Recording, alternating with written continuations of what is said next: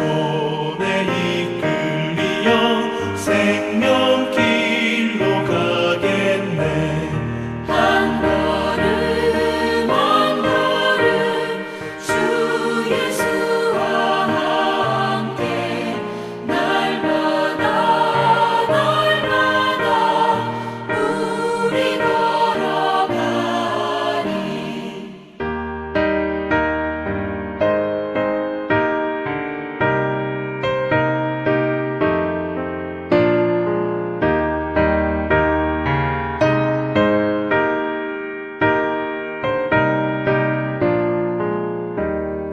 꽃이 피는 들판이나 험한 골짜기라도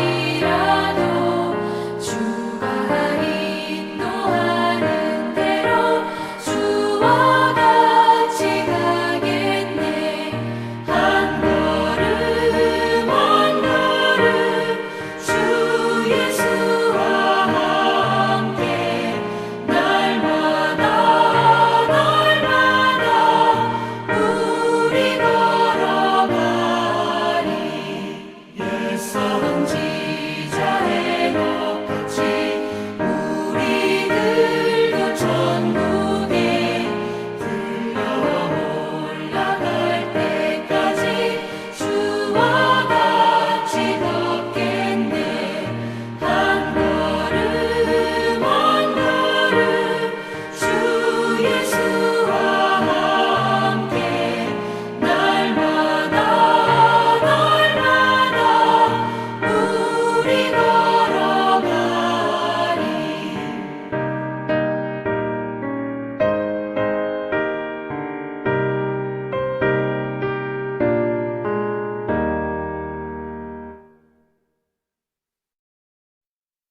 네, 오늘 하나님께서 주신 말씀 요한복음 11장 1절로 4절의 말씀입니다. 요한복음 11장 1절로 4절의 말씀, 하나님의 말씀입니다. 제가 봉독하도록 하겠습니다. 어떤 병자가 있으니 이는 마리아와 그 자매 마르다의 마을 베다니에 사는 나사로라. 이 마리아는 향유를 주께 붓고 머리털로 주의 발을 닦던 자요, 병든 나사로는 그의 오라버니더라. 이에 그 누이들이 예수께 사람을 보내어 이르되 주여 보시옵소서, 사랑하시는 자가 병들었나이다 하니 예수께서 들으시고 이르시되 이 병은 죽을 병이 아니라 하나님의 영광을 위함이요 하나님의 아들이 이로 말미암아 영광을 받게 하려 함이라 하시더라. 아멘. 오늘 본문 말씀으로 해서 육신의 아픔, 질병이라는 제목으로 말씀을 전하도록 하겠습니다. 지금 저희들이 본문을 읽었듯이 나사로가 병에 걸렸듯이 사람은 병에 걸립니다. 병에서 자유한 사람은 단 한 사람도 없습니다. 성도 여러분, 사람이 왜 병으로 고통해야 할까요? 왜 수없이 많은 약을 먹어가며 사람들은 병과 싸워야 합니까? 과거와 달리 오늘날은 약도 많이 생겼습니다. 그런데 이상한 것은 많은 약이 생겨도 환자들은 늘어만 간다라는 것입니다. 오늘날은 아픈 분이 너무 많아서 병실이 모자랄 정도입니다. 때로는 생사의 기로에 있는 응급 환자가 누워있을 자리마저 없을 지경입니다. 사람들에게 왜 이런 일들이 벌어져야 합니까? 지금 읽은 본문은 예수님께서 죽은 나사로를 살리는 이야기의 초반부입니다. 시작점입니다. 우리가 4절만 보았지만 마리아와 마르다의 절박함이 느껴지는 그런 장면입니다. 그녀들의 눈앞에는 오라버니가 병들어 씨름하고 있습니다. 그녀들의 눈에도 오라버니는 이제 곧 죽음을 맞이할 것 같습니다. 그래서 이 긴급한 상황을 사람을 보내어 예수님께 알리는 것이죠. 그런데 예수님은 나사로의 병은 죽을 병이 아니라고 하십니다. 오히려 그 병은 하나님의 영광을 위한 병이라고 주께서 말씀을 하셨습니다. 하지만 두 자매는 예수님과 멀리 떨어져 있었기 때문에 주님이 하신 이 말씀을 들을 수 없었습니다. 두 자매는 절박함 속에서 예수님을 애타게 찾고 있는 것이죠. 마르다와 마리아는 누가복음 10장에도 등장을 합니다. 누가복음 10장을 보면 둘의 성격이 굉장히 다르다라는 것을 알 수 있습니다. 마르다는 주님을 자기 집으로 영접을 해서 분주하게 일을 합니다. 그런데 마리아는 이 분주함 가운데서도 일은 하지 않고 주님의 하시는 말씀을 듣고 주님 앞에 앉아 있습니다. 그래서 마르다는 화가 나서 주님께 말씀을 합니다. 마리아 일 좀 시켜 달라고 말입니다. 이렇게 두 사람은 굉장히 다른 모습을 누가복음에서는 보입니다. 그런데 이렇게 다른 두 사람이 긴급하고 절박한 상황에서는 같은 모습을 보이게 됩니다. 그것이 무엇입니까, 여러분? 절박한 상황에서 이 둘은 예수님만을 찾는 것이었습니다.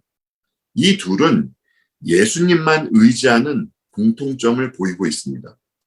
그리고 무엇보다 마르다와 마리아의 공통점은 이 중요한 사실을 알고 있다라는 것인데요. 그 사실이 무엇이냐면 본문 3절 말씀을 다시 한번 보시겠습니다. 본문 3절 말씀에 이런 말씀이 있습니다. 주여 보시옵소서. 사랑하는 자가 병들었나이다. 사랑하는 자가 병들었나이다.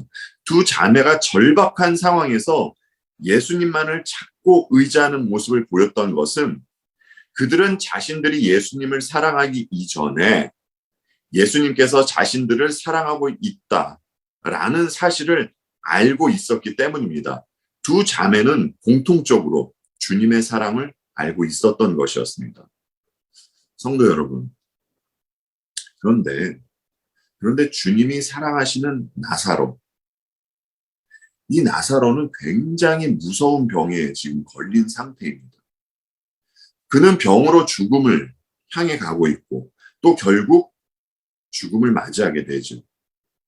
그리고 주님이 사랑하시는 마르다와 마리아 또한 오라버니 때문에 굉장히 무서운 두려움 가운데 있습니다. 이런 상황이 주님으로부터 사랑을 받고 있음에도 성도에게 발생하는 일이 될 수 있다라는 현실입니다. 그렇다면 부정할 수 없는 이러한 현실 속에서 우리는 어떻게 주님의 백성다운 모습을 나타내야 하겠습니까? 어떤 시각으로 질병을 바라보고 대처해야 하겠습니까? 이에 대해서 성경은 뭐라고 말하고 있습니까? 이에 대해서 저는 오늘 3가지 사항으로 살펴보도록 하겠습니다.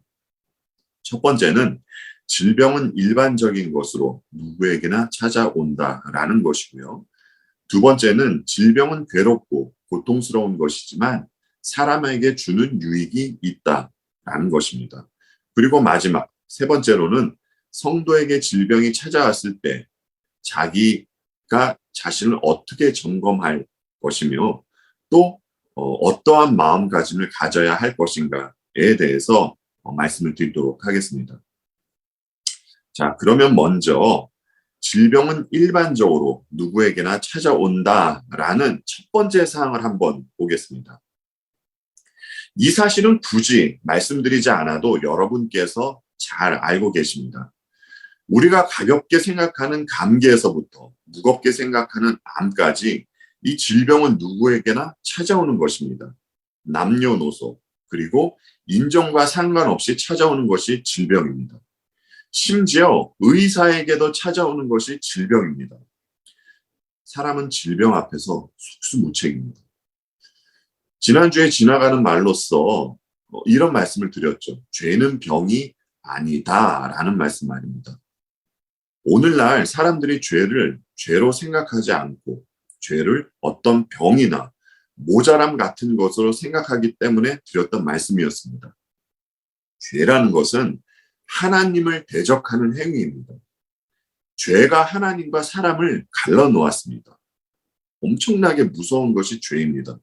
그래서 죄 때문에 사람에게 여러 기괴한 증상들이 나타나게 되었습니다.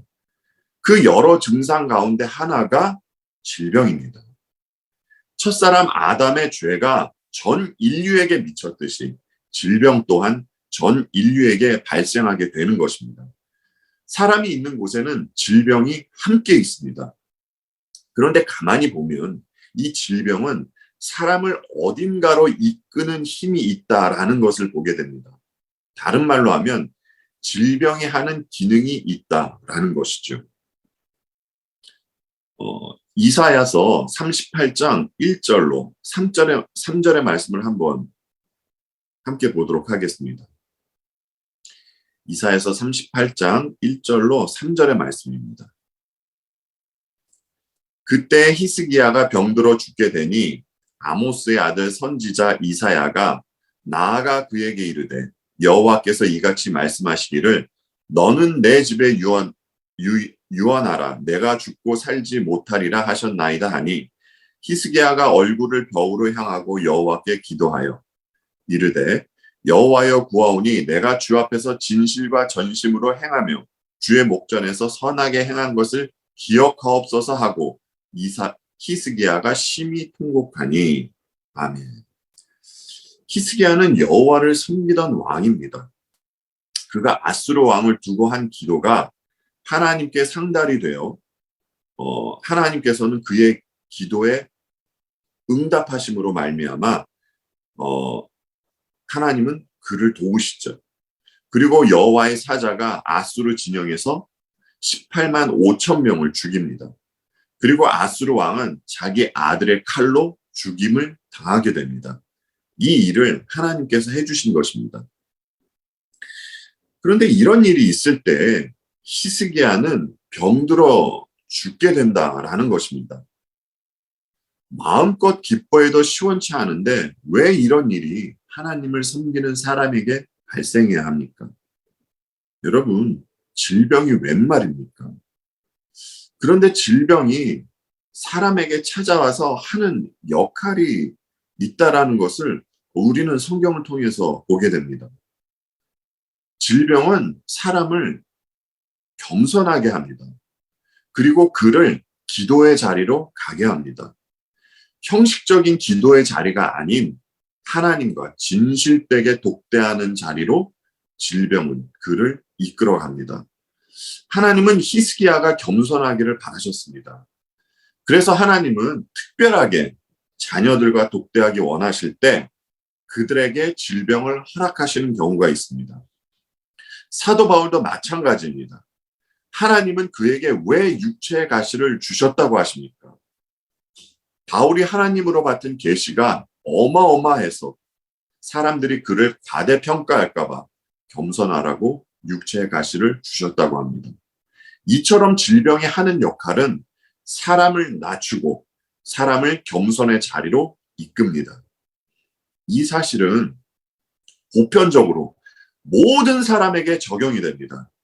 신자는 질병으로 인해서 힘없고 약한 자리에서 하나님을 대하는 것이고 불신자 또한 과거에 혈기왕성했던 모습에서 힘없는 자리로 가게 된다라는 것이죠.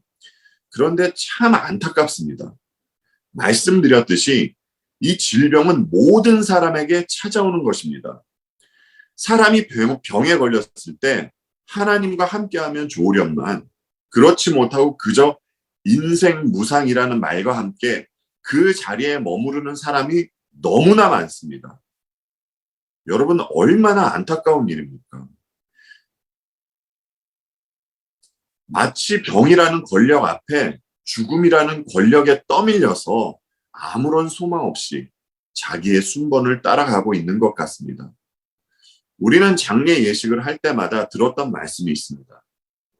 관 안에 있는 시신 대신에 자신이 누워있는 것을 생각해 보라는 그러한 말씀 말입니다. 누구나 예외 없이 그 자리로 갈 것이기 때문에 하신 말씀입니다. 그리고 한 가지 덧붙여서 병상에 누워있는 자신의 모습도 한번 생각해 봤으면 합니다. 그 자리에서 자신을 보고 자녀를 보고 세상을 보시기 바랍니다. 그러면 하나님 외에 다른 것에 대한 집착이 덜해질 것입니다. 그리고 무엇보다 주님 예수 그리스도를 보시기 바랍니다. 그러면 예수 그리스도만을 신뢰하고 의지하고픈 마음이 배가 될 것입니다. 각설하고 질병은 사람을 낮고 낮은 자리로, 약함의 자리로 이끌어가는 기능을 합니다. 그리고 질병은 마귀의 본성을 죽이는 역할도 해줍니다. 사람이 하나님을 배신하고 범죄한 이유로는 사람의 내면에는 하나님처럼 되고 싶어하는 마귀의 본성이 자리 잡게 되었습니다. 우주의 중심에 자신을 놓고 끝없이 높은 곳으로 올라가고 싶어하는 본성 말입니다. 이 본성은 끔찍한 본성입니다. 하나님은 남을 나보다 낮게 여기고 남을 섬기라고 하시는데 마귀는 남을 나보다 낮게 아래로 여기고 남으로부터 섬김을 받으라고 합니다.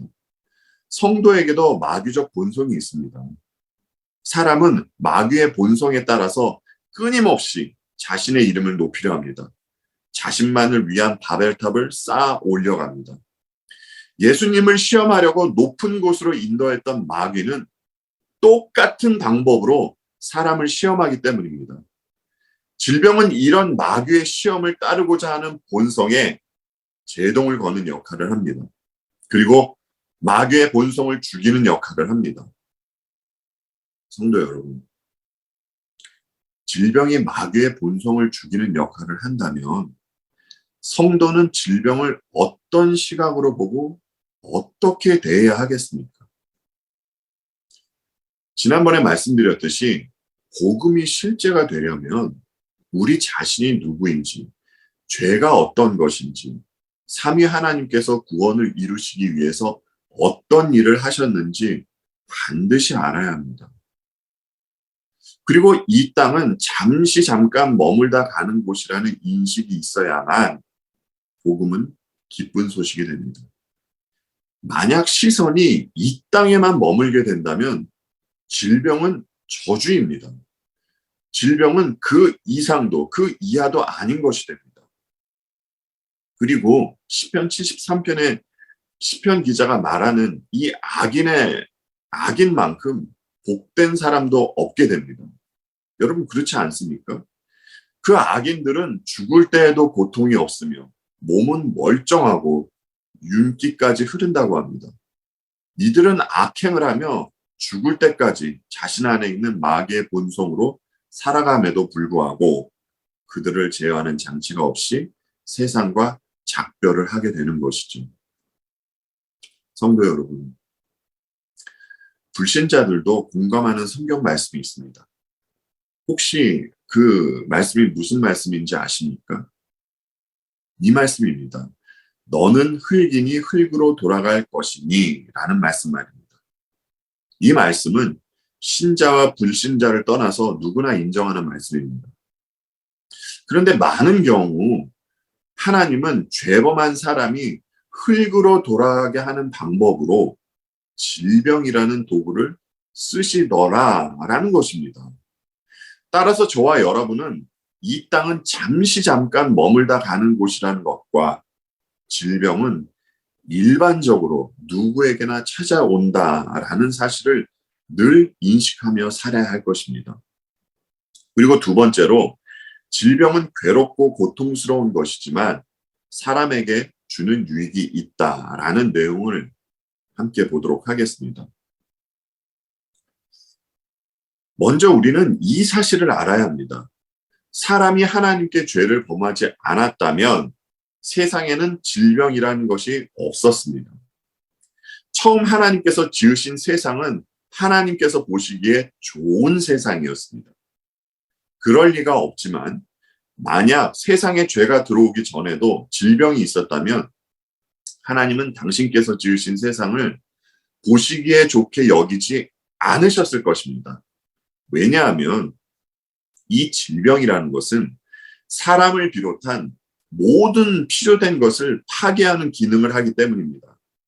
그래서 죄악으로 오염되고 물든 세상 속에서 질병이 성도에게 유익이 되는 것이지 질병 자체가 좋은 것은 아니다라는 것입니다. 성도들이 가게 될 하나님 나라는 질병이 없는 곳입니다. 계시록 21장 2절로 4절에 이런 말씀이 있습니다. 계시록 21장 2절로 4절 말씀입니다.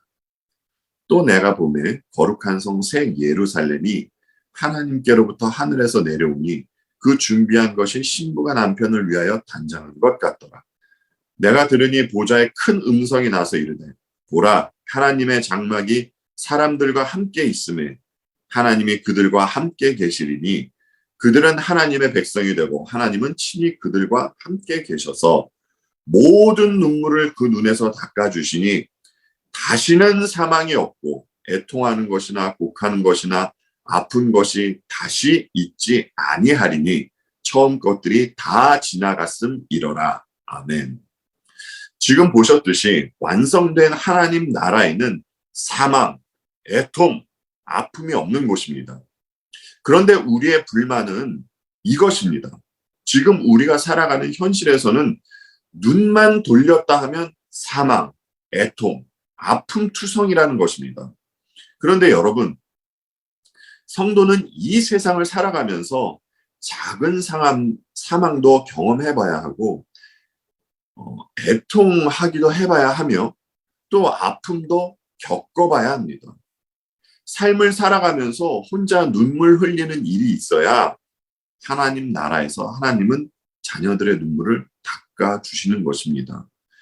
이 세상에서 하나님의 자녀들은 심령이 가난하고 애통하며 그렇게 살아가야만 하는 것입니다. 이곳에서 천국 백성의 모습은 심령이 가난한 자의 모습입니다. 그들이 삶에서 애통해할 때 하나님은 친히 그들의 위로가 되어 주시는 것이죠. 그리고 사람들이 흔히들 많이 하는 생각과 오해가 있습니다.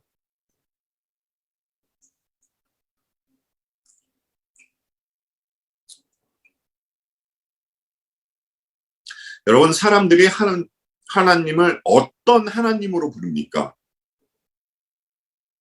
사랑의 하나님이라고 부릅니다. 그리고 하나님은 지금도 살아 역사하시고 이 세상을 섭리하신다고 합니다. 그런데 현실을 보면 전쟁이 있고 사랑의 하나님이 계심에도 불구하고 어린아이가 영양실조로 죽는 일이 생긴다라는 것입니다. 그리고 사람들이 많은 병에 걸리고 그 병 때문에 죽음을 맞이합니다.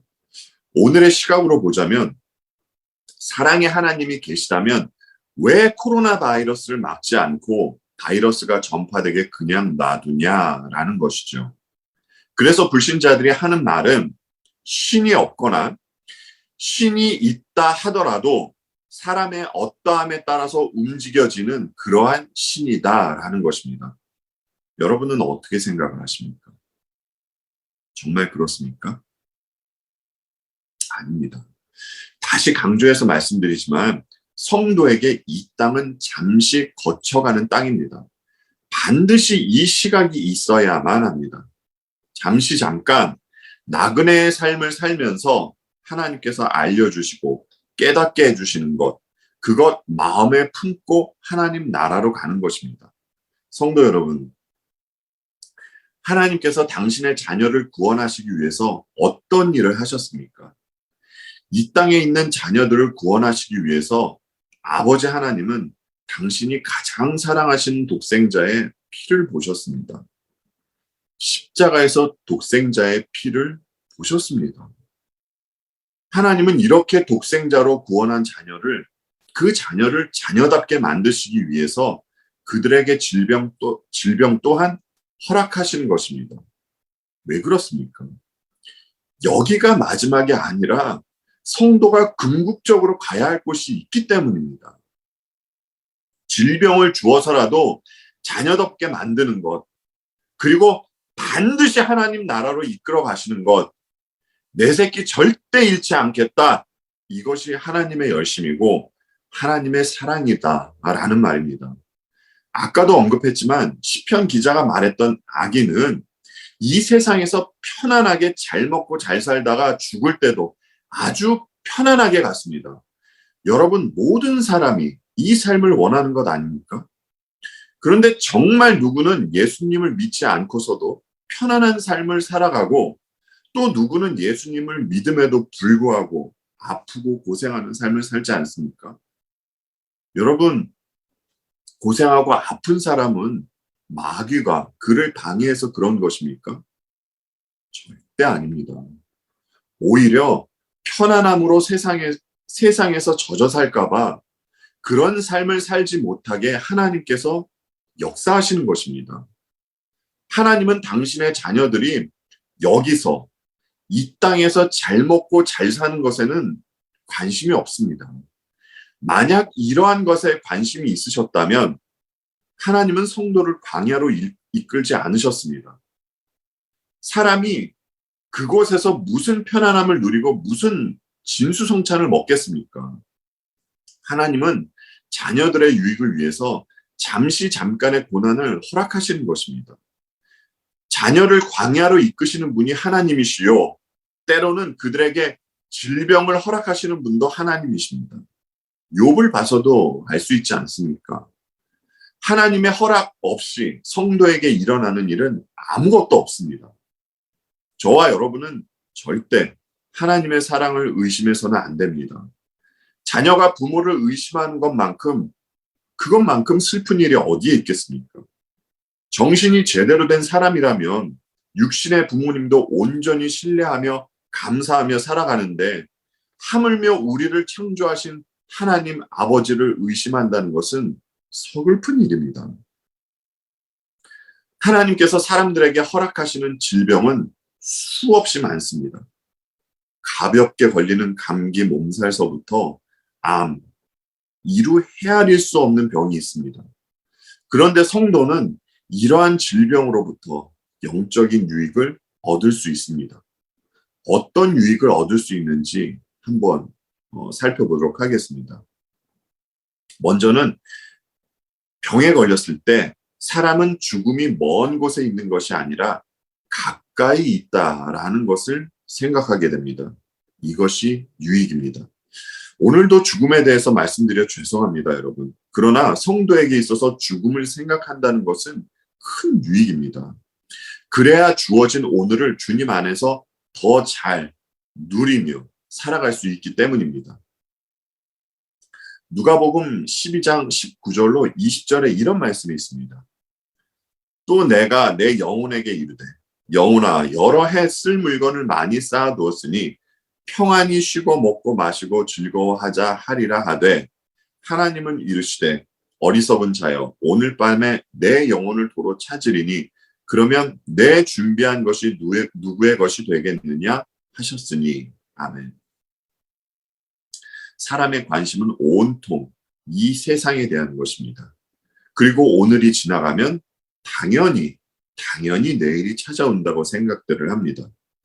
그러나 지금 주님의 말씀을 들었듯이 성경은 이를 지지하지 않습니다. 그럼에도 불구하고 내일이 온다고 한다면 이것에 대해서 과연 누가 보장을 해줍니까? 위대한 사람, 경제력이 뛰어난 사람이 이것에 대해서 보장을 해줄 수 있습니까? 사람은 절대 미래를 보장할 수 없습니다. 전도서 기자도 말하기를 사람이 그의 장래일을 능히 헤아려 알지 못하게 하셨느니라 라고 증언하고 있습니다. 하지만 사람들의 인식이 오늘이 가면 내일이 오고 내일이 가면 또 그 다음 날이 오고 라고 생각하는 것은 그들의 경험에서 나온 것을 말하는 것입니다. 지금까지 그렇게 왔기 때문에 그들은 그렇게 말하는 것이죠. 그러나 질병 혹은 개인의 마지막 날은 사람의 경험을 짓밟고 갑자기 들이닥치는 것입니다. 그러나 사람이 병에 걸리면 개인의 마지막 날을 묵상하게 되고 또 이 날을 준비할 수 있는 계기가 되는 것이죠. 그래서 질병은 성도에게 큰 유익을 주게 되는 것입니다. 그리고 두 번째로 질병으로 얻는 두 번째 유익은 돌과 같이 단단하게 굳어있는 사람의 마음을 부드럽게 만들어준다라는 것입니다. 여러분께서 잘 아시겠지만 세상은 서로 사람들끼리 경쟁하며 돌아가는 그런 세상입니다. 사람들이 좋아하는 구경이 두 가지가 있다라고 합니다. 그것이 무엇인 줄 아십니까? 하나는 싸움 구경이고 또 다른 하나는 불구경이라고 합니다. 그래서 요즘 프로를 보면 서바이벌 프로가 많은 것은 아닌가라는 생각이 듭니다. 사람은 남이 잘 되는 것을 그리 좋아하지 않습니다. 상대방이 잘 되더라도 내 자신보다, 나보다는 잘 되는 것을 원하지 않는 한도 내에서 상대방이 잘 되는 것을 바랍니다. 이것이 죄된 인간의 본성입니다. 그래서 늘 경쟁심과 시기심으로 살아가는 이들은 마음이 돌처럼 굳어 있습니다. 이것은 그들이 사용하는 언어를 보면 금방 알 수가 있습니다. 그런데 질병이 사람에게 찾아가면 돌처럼 굳어있던 그의 마음이 부드러워집니다. 여러분 왜 그런 줄 아십니까? 병상에 누운 그가 비로소 인생의 헛된 허무함을 맛보기 때문입니다. 경쟁으로 얼룩진 자신의 삶의 허탄함을 그때 비로소 보게 된다라는 것이죠. 여러분, 사람이 언제 복음을 가장 잘 받는 줄 아십니까? 병상에 있을 때 복음을 잘 받아들인다고 합니다. 왜냐하면 병상에 있는 그의 마음이 복음을 받아들일 수 있는 부드러운 마음으로 되었기 때문입니다. 물론 이것도 하나님께서 택하신 사람에게 해당되는 말입니다. 병상에서도 복음 거부하는 분들 있습니다. 누군가가 질병으로 인해서 마음이 부드러워져서 그가 복음을 받아들인다면, 혹은 자신이 믿고 있는 복음의 가치를 병상에서 더욱더 크게 깨달아 안다면 그는 질병으로 인하여 돈으로 살 수 없는 영적인 큰 유익을 얻게 되는 것이라 할 수 있습니다. 그리고 세 번째로, 질병으로 얻는 세 번째 유익으로, 질병은 우리에게 우리의 신앙을 점검하는 계기를 만들어준다라는 것입니다. 어떤 목회자는 예수님을 세상에 복을 주는 신으로 소개를 합니다. 또 어떤 목회자는 세상에서 깨끗한 삶을 살게 하는 도덕 선생으로 소개하기도 합니다. 또 다른 어떤 분은 민중을 구원하는 예수로 전하기도 합니다. 사람은 병상에서 자신의 신앙을 점검하게 됩니다. 내가 믿고 있는 예수님은 어떤 분인가? 혹시 예수님을 나를 위한 우상으로 믿고 있는 것은 아닌가? 이렇게 점검을 하게 되죠. 만약 누군가의 신앙이 자신의 의를 쌓으며 했던 신앙생활이었다면 그는 병상에서 무너질 것입니다. 왜냐하면 신앙의 토대가 자기 자신이었기 때문입니다. 그러나 그의 신앙의 토대가 성경에서 계시된 예수 그리스도였다면 그는 질병 속에서도 굳건함을 유지할 것입니다. 왜냐하면 그의 신앙의 토대가 그리스도이기 때문에 주께서 그를 붙잡기 때문입니다. 질병은 우리 자신을 돌아보게 만들고 주님께 돌이키게 만듭니다. 세상에서 말하는 힘이라는 것이 있습니다. 여러분이 아시듯이 그 힘이라는 것은 돈, 인기, 명예, 외모, 건강 이런 것들입니다. 그런데 사람에게 병이 찾아오고 그 병과 함께 시간이 지나면 지날수록 세상의 힘은 자신에게서 떠나게 됩니다. 이는 부정할 수 없는 현실입니다. 서글픈 말이지만 자신에게서 세상의 힘이 떠나면 떠날수록 주위의 사람들도 떠나게 됩니다. 그러나 한 분, 예수님만은 병상의 자리에 그와 함께 해주십니다. 따라서 질병이 주는 유익은 주님이 정말 내 자신, 나와 함께 하시는지 아닌지를 솔직하게 알 수 있는 시간이다라는 것이죠. 만약 그 시간을 통하여 자신에게 주님이 함께 하시지 않는다는 것을 알았다면 지금까지 해오던 신앙생활이 외형적인 것으로만 그쳤다는 것을 알았다면 그는 진짜 예수님께 돌이켜야 함을 알 수 있는 깨달음을 얻은 것입니다. 질병은 성도들로 하여금 이 유익을 얻게 합니다. 지금까지 사람이 질병으로 인해서 영적인 유익을 얻을 수 있는 것에 대해서 말씀을 드렸습니다. 하나님께서 사람에게 질병을 허락하심으로 인하여 그가 심각하게 마지막 날을 묵상하고 또한 돌과 같던 마음이 부드러워지며 자신의 신앙이 참된 신앙인지 아닌지 돌아보게 된다면 병 때문에 육신의 아픔이 따르지만 분명 영적인 유익을 얻는 것이 사실입니다. 그리고 세 번째 사항을 살펴보도록 하겠습니다. 성도에게 질병이 찾아왔을 때 어떻게 자기 자신을 점검하고 어떤 마음가짐을 가져야 하는지에 대해서 말씀드리겠습니다. 먼저는 병에 걸렸음에도 불구하고 자신은 죄의 문제를 해결했는가, 자신은 하나님 앞에서 의로운 사람으로 있을 수 있는가에 대해서 빨리 속히 점검해 봐야 합니다. 그리스도의 피가 나를 깨끗하게 하였나? 그리스도의 의가 나에게 전가되었나? 그래서 나는 당당히 그리스도의 의를 입고 하나님 앞에 설 수 있는가? 가장 먼저 이 점검을 해야 합니다. 요즘에도 이런 말을 하는 줄 모르겠는데 한동안 사람들이 아픈 것은 귀신 때문이라는 가르침이 있었습니다. 그래서 귀신을 쫓아내서 병을 고쳐야 한다는 것이었습니다. 분명히 말씀드립니다. 아픈 분들이 귀신 들린 것이 아니라 이렇게 말하고 다니는 사람들이 귀신 들린 사람들입니다. 따라서 혹시라도 이렇게 말하는 사람이 있다면 이런 사람들과는 아예 상대도 하지 마시기 바랍니다. 사람에게 죄와 의에 대해서 살펴보는 것만큼 시급한 문제는 없습니다. 죄의 무게가 누군가를 짓누르고 있다면 주님의 십자가에서 해결받으시기 바랍니다. 하나님 앞에 선다는 것이 두렵습니까? 주님이 누우셨던 빈 무덤을 보시기 바랍니다. 하나님은 주님이 하신 일을 믿음으로 받아들이라고 하십니다. 성도 여러분, 감사하게도 진짜 너무나 감사하게도 예수 그리스도의 십자가와 빈 무덤은 병상에서도 갈 수 있는 곳입니다. 반드시 이곳에서 죄와 의로움에 대한 문제를 해결받으셔야만 합니다. 그리고 성도에게 질병이 찾아왔을 때 마음을 급하게 갖지 않고 인내하겠다는 마음을 가져야 한다라는 것이죠. 모든 질병이 그 사람을 죽음으로 이끌어가지는 않습니다.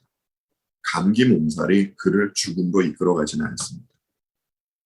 하나님께서 누군가에게 질병을 통하여 메시지를 전하고 싶을 때 하나님은 그의 적절한 질병을 주십니다. 바울에게 있는 사탄의 가시가 그를 괴롭게 할 망정 바울을 죽음으로 이끌어가지는 않았습니다. 하나님은 자녀에게 전하고자 하시는 메시지를 주셨으면 그리고 그가 그 메시지를 받아들였다면 하나님은 질병을 거두어 가실 것입니다. 전도서 3장에는 때에 관한 말씀이 있습니다. 천하만사가 다 때가 있나니 라는 말씀 말입니다. 모든 것에는 다 때가 있다는 것입니다. 그리고 이 때는 사람이 정하는 것이 아니라 하나님께서 정하신다라는 것이죠. 그래서 사람은 하나님의 때를 기다리며 인내를 배우게 되는 것입니다. 하나님께서 모든 때를 정하셔서 우리는 이렇게 말합니다. 생사화복인 하나님의 손에 있다라고 말입니다. 이를 알고 하나님의 때를 기다리는 것이 성도가 질병을 만났을 때 가져야 하는 마음가짐이다 라고 할 수 있습니다. 요한복음 11장 4절로 8절 말씀을 보겠습니다. 오늘의 본문 뒤에 이어서 나오는 말씀입니다. 요한복음 11장 4절로 8절 말씀입니다. 예수께서 들으시고 이르시되 이 병은 죽을 병이 아니라 하나님의 영광을 위함이요 하나님의 아들이 이로 말미암아 영광을 받게 하려 함이라 하시더라. 예수께서 본래 마르다와 그 동생과 나사로를 사랑하시더니 나사로가 병들었다 함을 들으시고 그 계시던 곳에 이틀을 더 유하시고 그 후에 제자들에게 이르시되 유대로 다시 가자 하시니 제자들이 말하되 랍비여 방금도 유대인들이 돌로 치려 하였는데 또 그리로 가시려 하나이까. 아멘. 예수님은 당신께서 사랑하시는 마르다와 마리아의 요청에 따라 나사로를 구원하시기 위해서 그들이 있는 곳으로 가십니다. 그런데 흥미로운 것은 예수님은 나사로가 병들었다 함을 들으시고 그곳에서 이틀을 더 계셨다가 움직이십니다. 한시라도 빨리 가셔야 할 그러한 상황 같은데 주님은 왜 이틀을 그곳에 더 머무르셨겠습니까? 그것은 지금 읽은 4절에 힌트되어 있습니다. 4절에 이런 말씀이 있습니다. 이 병은 죽을 병이 아니라 하나님의 영광을 위함이요 하나님의 아들이 이로 말미암아 영광을 받게 하려 함이라고 말입니다.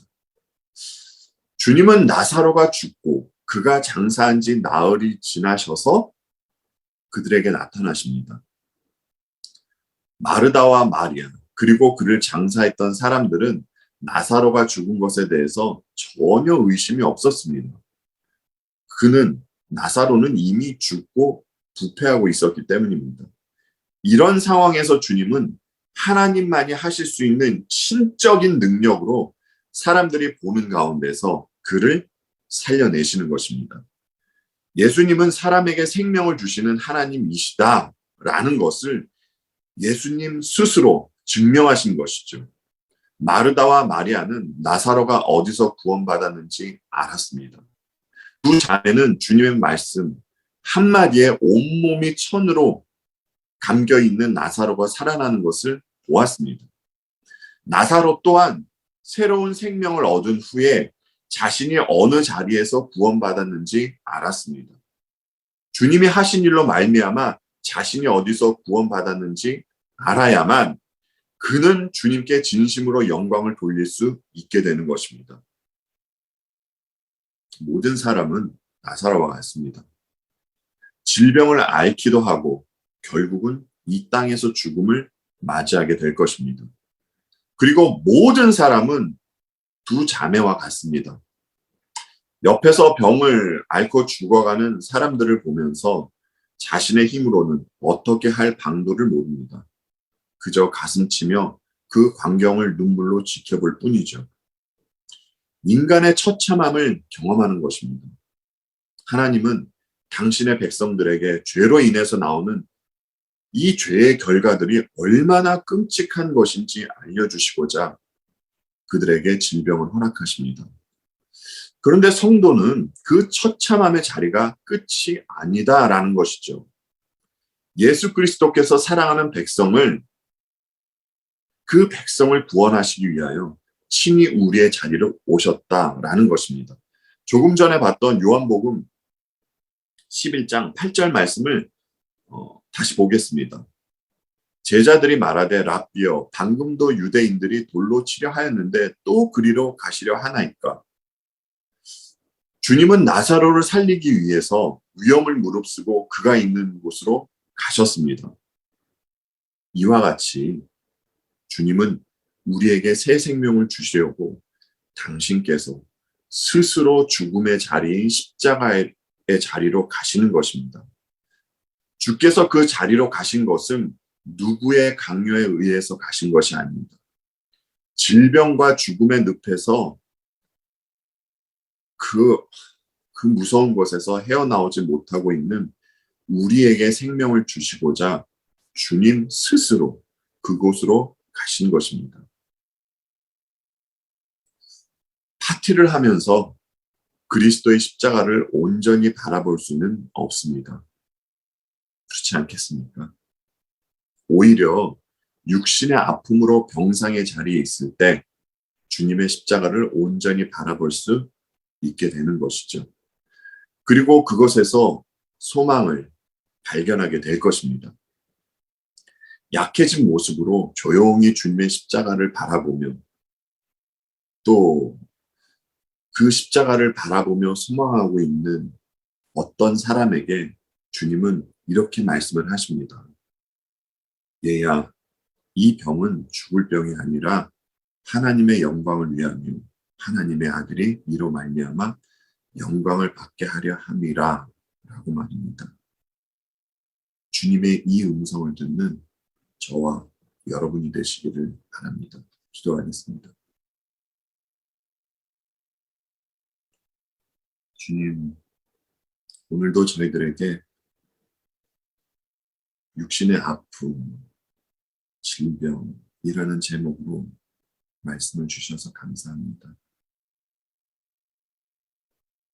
이 질병이라는 것은 모든 사람에게 찾아오는 것입니다. 그리고 우리들 가운데 이 질병을 알고 계신 분도 있고 또한 앞으로 이 질병을 앓으실 분도 있습니다. 그때 우리의 아픈 자리로 찾아오시는 우리 주님 바라볼 수 있는 믿음을 허락하여 주시옵시고 행여 육신의 고통 때문에 주님을 원망하는 일이 없도록 우리의 믿음을 붙잡아 주시고 우리의 믿음을 강건케 해 주시옵소서. 항상 저희들 이 땅이 전부가 아니라 반드시 우리가 갈 곳이 있다라는 것 인식하며 그것 소망하며 살아가는 저희 모두가 될 수 있도록 도와주시옵소서. 감사드렸고 우리 주님 예수 그리스도 이름 받들어 기도하옵나이다. 아멘.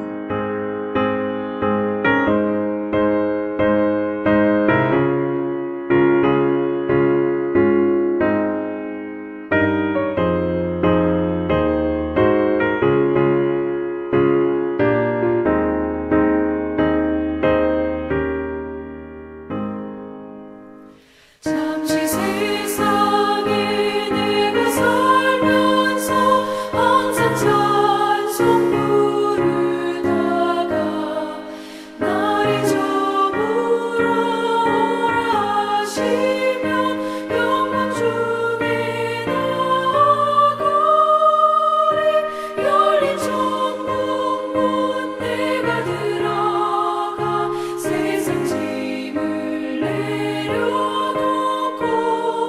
빛난 멸류관 받아 쓰고서 주와 함께 길이 살리 눈물 골짜기 더듬으면서 나의 갈 길 가다 후에 주의 품 안에 내가 안기어 영원토록 살리로다. 열린 천국 문 내가 들어가 세상 짐을 내려놓고 빛난 멸류관 받아 쓰고서 주와 함께 길이 살리